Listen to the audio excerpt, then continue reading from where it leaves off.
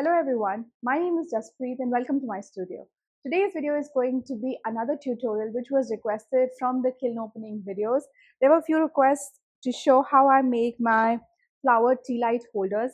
And I'm going to show you a few different variations of this, slight variations, not really that different, but the process for all of these is just the same.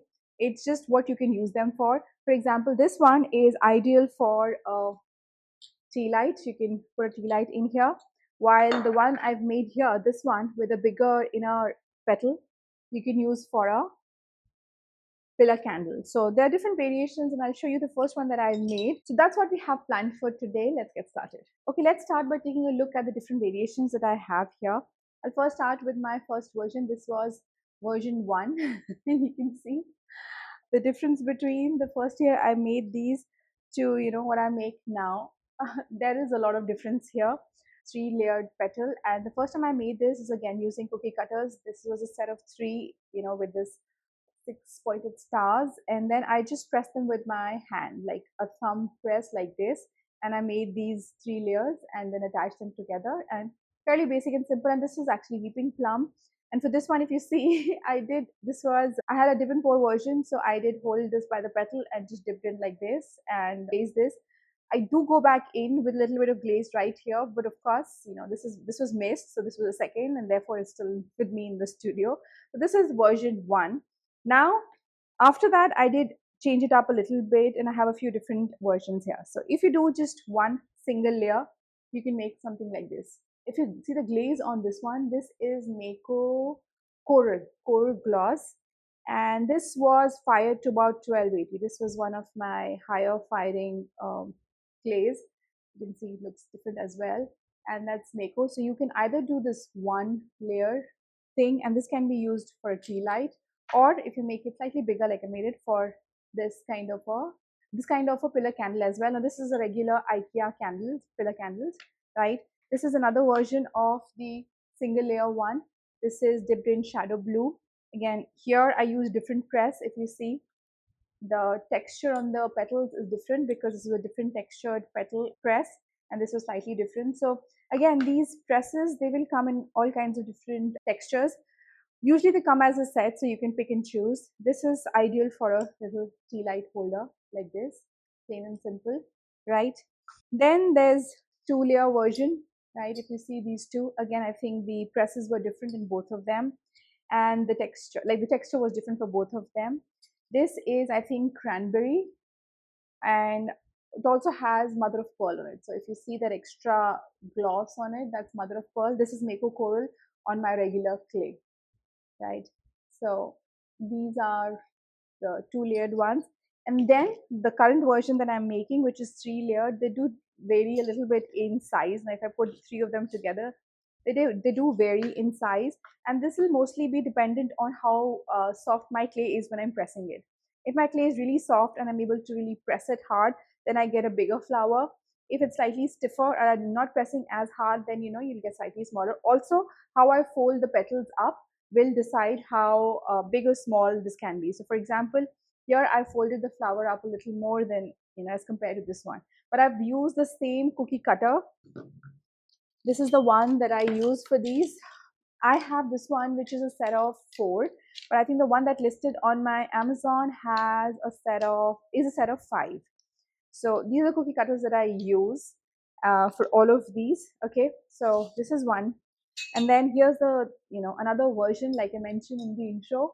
All you have to do with this is you can obviously use it for a little tea light as well, and for a pillar candle as well.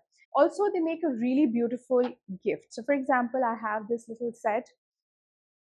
It's a little box like this.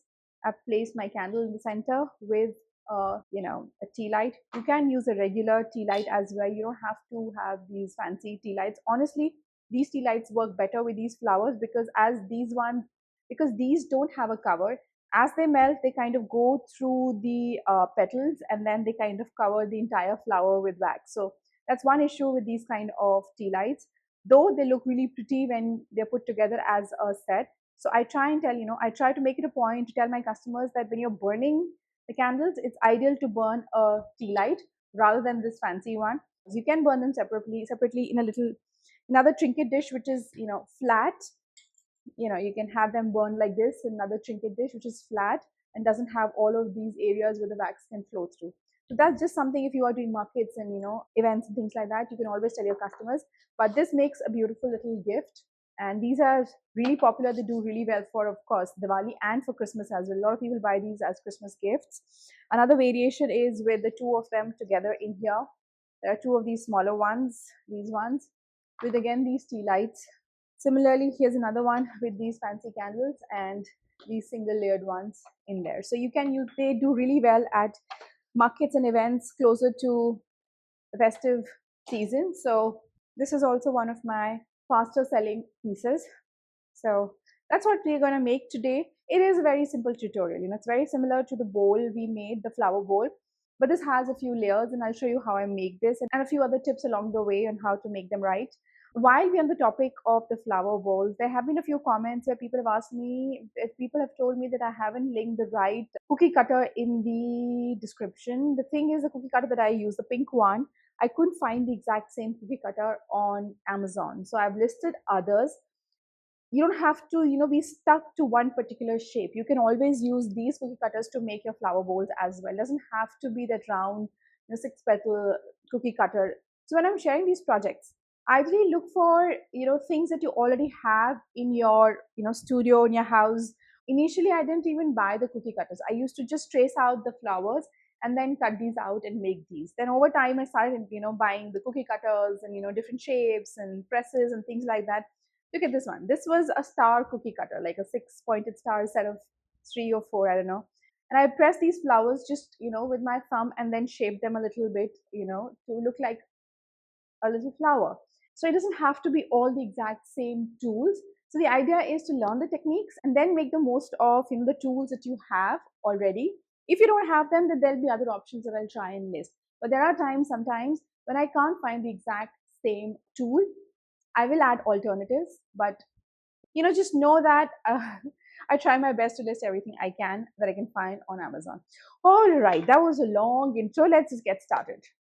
Okay, so here's my clay. This is light colored mid-fire stone red clay, and this is rolled to 1/4 of an inch thickness. And I'm going to start with first compressing the clay as we usually do every time. This is, I think, recycled clay, so you will see a lot of little, air bubbles come up. Yeah, I'm pressing a little harder than usual because I want these air bubbles to come up so I can just get rid of them if they bother me. Otherwise, you'll just kind of just move along. If you want to take care of your air bubbles, I like to use my scoring tool, this guy, and just, go in making all of these little bumps, okay? And then seal them off. Okay. Now we lift, flip, and do the same on this side as well.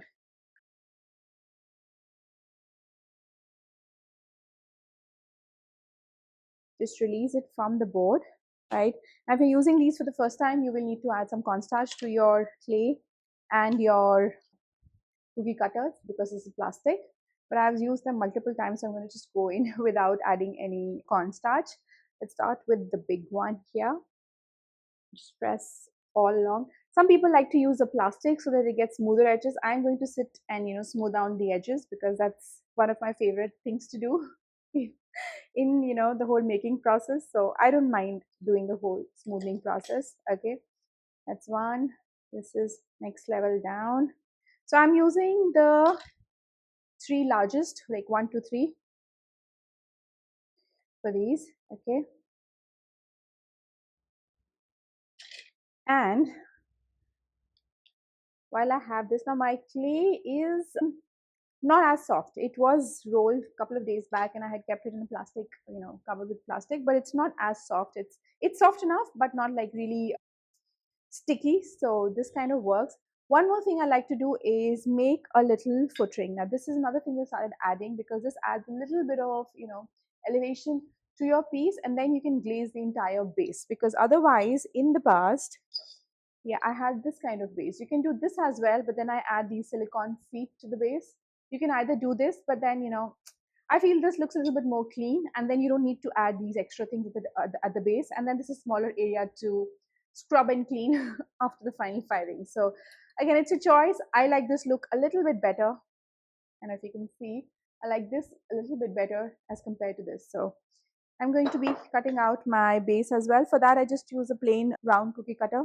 So I'm going to just stamp here and then cut this out like this. Okay,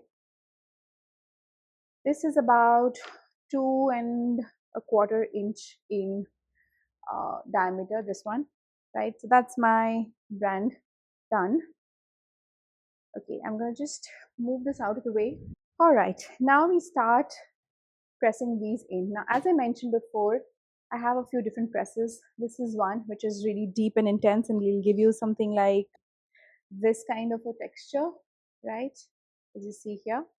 Then there's this one, and this will give you something softer, probably like this, I'm assuming. Not entirely sure though.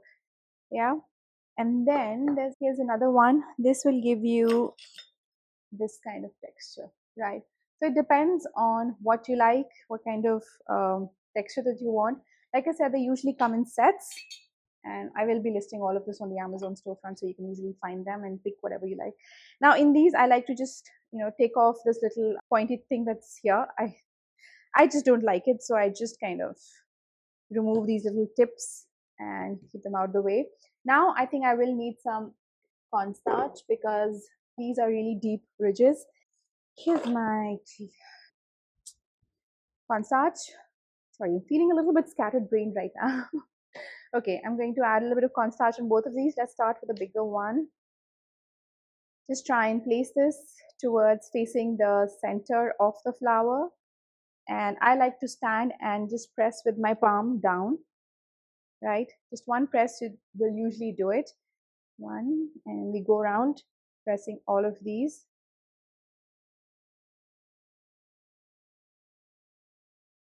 Now you have this. If you see, some of the bits are pressed are thinner here. Some of them are still thick because probably I didn't press them hard enough, or the sides are usually thicker. So what I like to do is just press them a little bit more, just around the edge. Lightly press. I'm not doing too much like pressing motion, just a little bit of press, so they're like more or less similar width around the edge. Just go around doing that with all the petals. Okay. And when I'm doing this, it's not really messing up. I mean, it is lightening some of the texture inside, but not completely erasing it. So just do that. Okay, here as well. Okay, so that is done. Now, before I do anything else, I'm going to add this base to the largest petal. I'll just turn this around as well. Bring in my serrated rib, and as usual, dip it in water. Go over the base, score it nicely, and generate the slip. Same with this one. Just score it nicely here. Okay, place it here. I mean, this is the best place. This is the best time to add your base to your flower. Okay, because you can see, you can find the center and kind of shape it accordingly from there.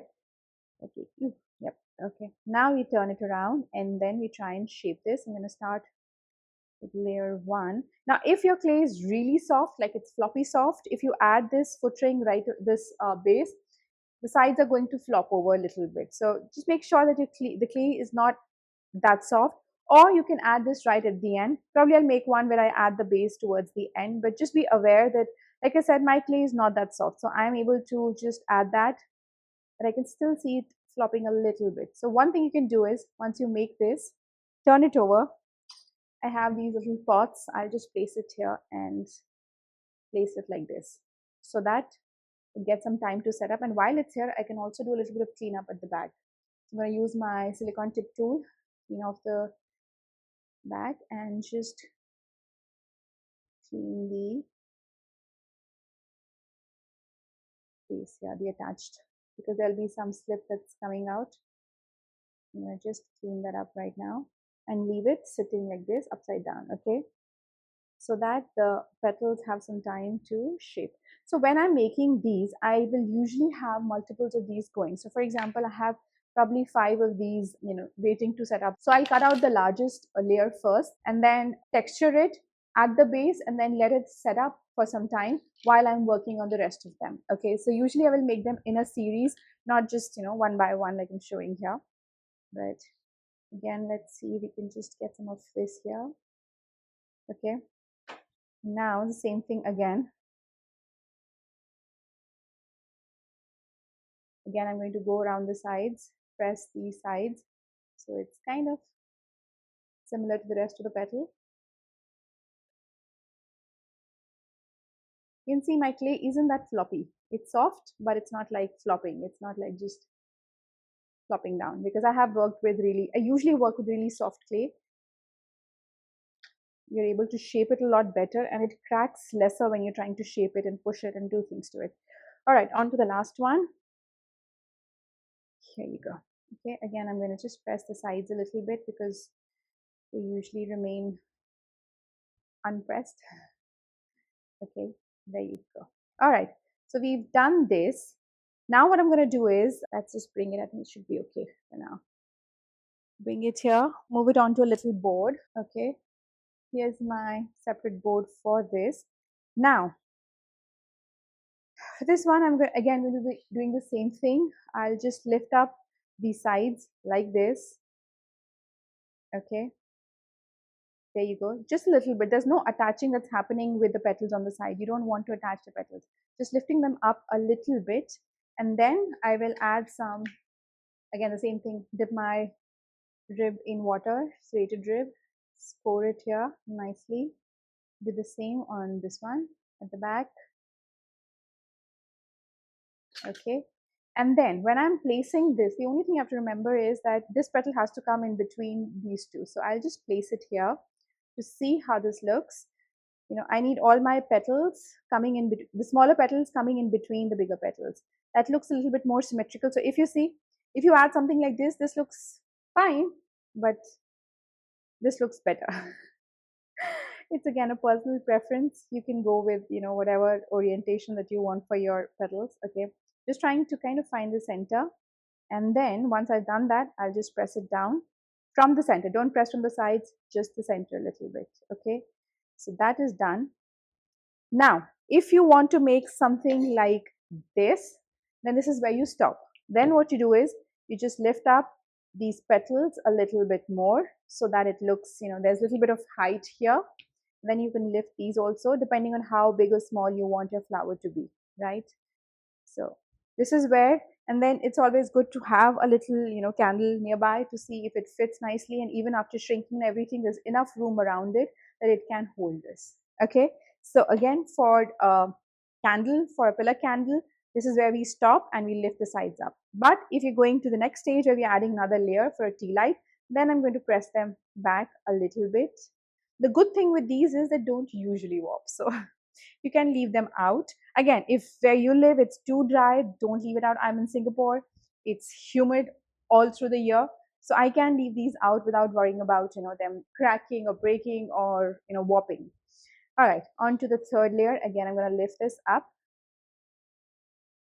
The third one, again, I usually lift it up a little more than the others. Okay, this I might have to press down a little bit more. Okay, open it a little bit. Here you go. Again, if you want to add more character to your petals and do a little bit more swirls and things like that, you're free to do that. Dipping my serrated rib in water. Pouring this. Pouring the base here. Okay. And there you go.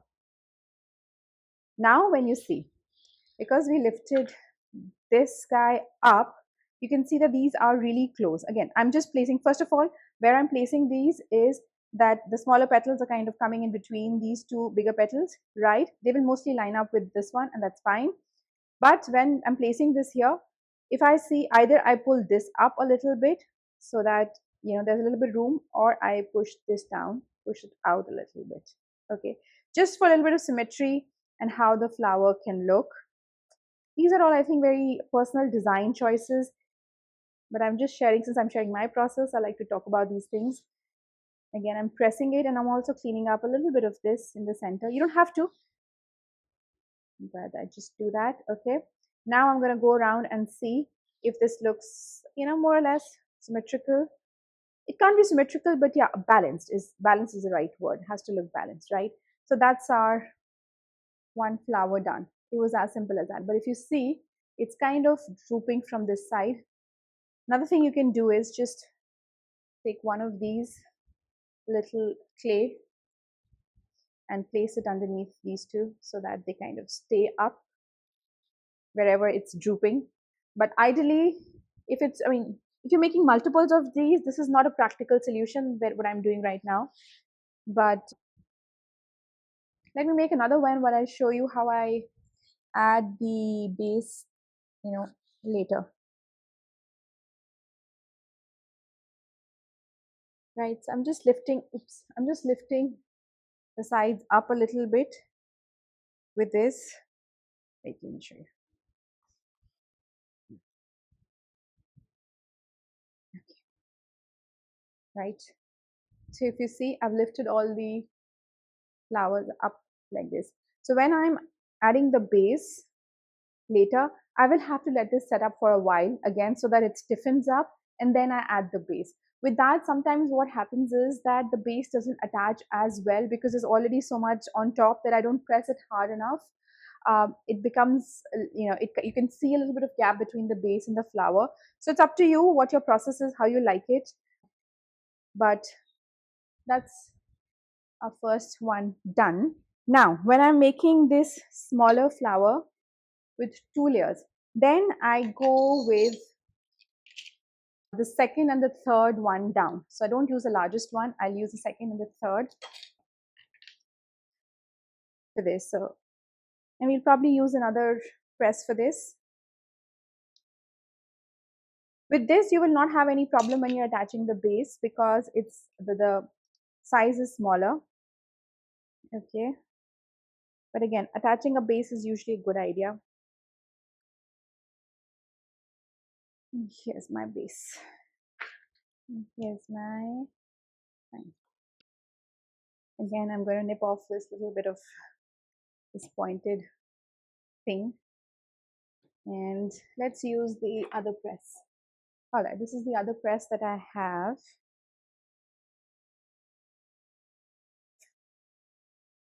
I'm placing it.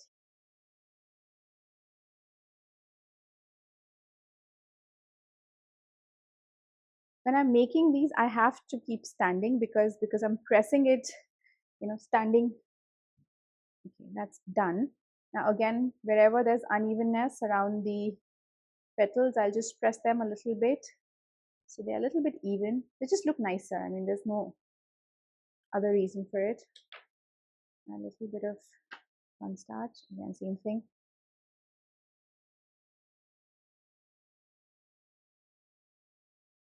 Now we have both of them pressed. They look more or less the same size actually. Okay, so here if I add this, you know what, let me add this for a later stage because I had to show you what that can look like. Okay, now we start lifting the sides up like this. Okay, just lifting it up a little bit so that there's a little bit of that uplift, that curve. Okay, again, move it onto a different board so that's easy to move because otherwise it's difficult to lift from one place to the other. Okay, that's done. Now with this guy, now if you're making like a single layer thing, something like this, then what you do is with this, just lift it up. Okay, like this. For this, you will have to do a little bit of attaching on the sides, like the sides.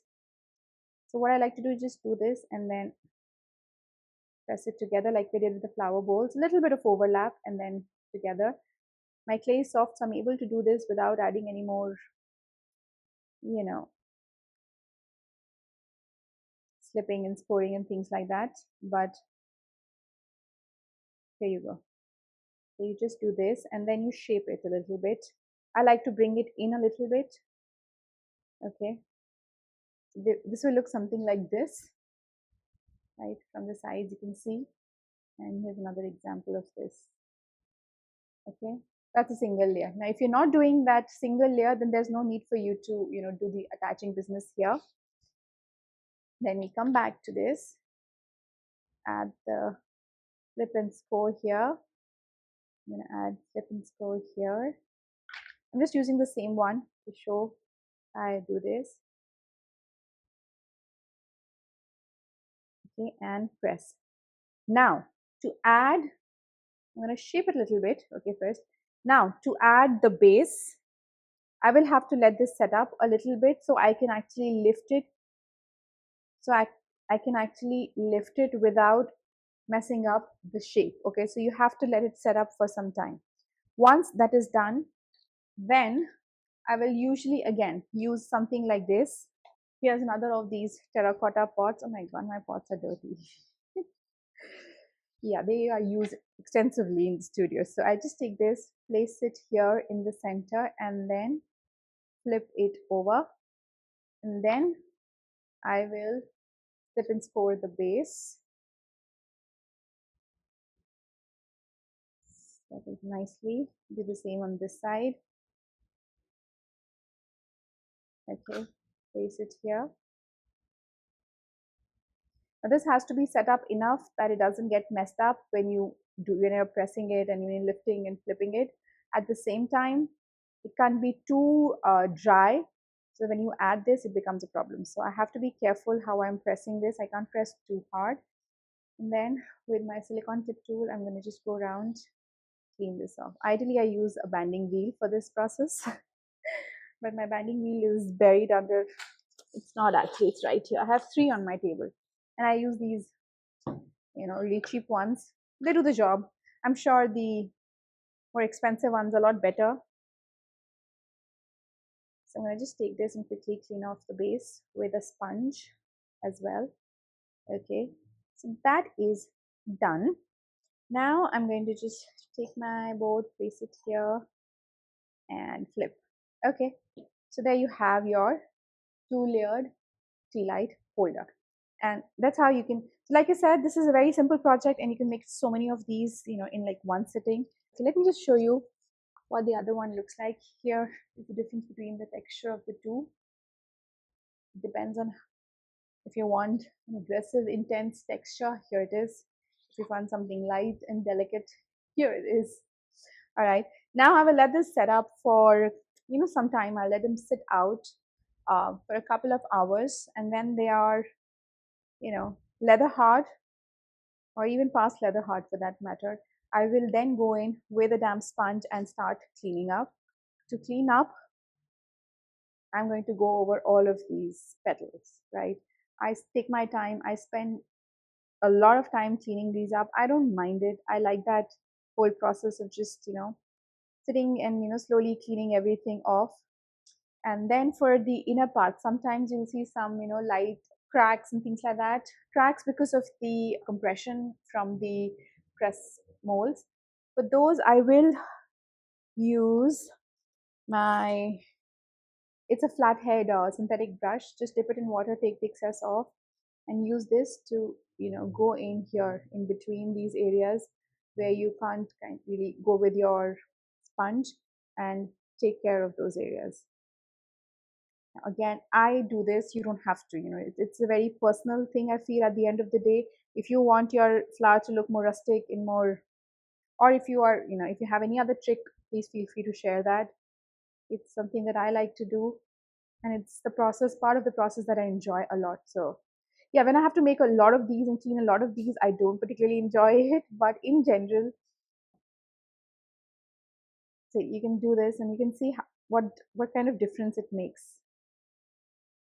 just a clean edge here. So yeah, I'll take my time, go in with a sponge in certain areas with a brush and clean this off.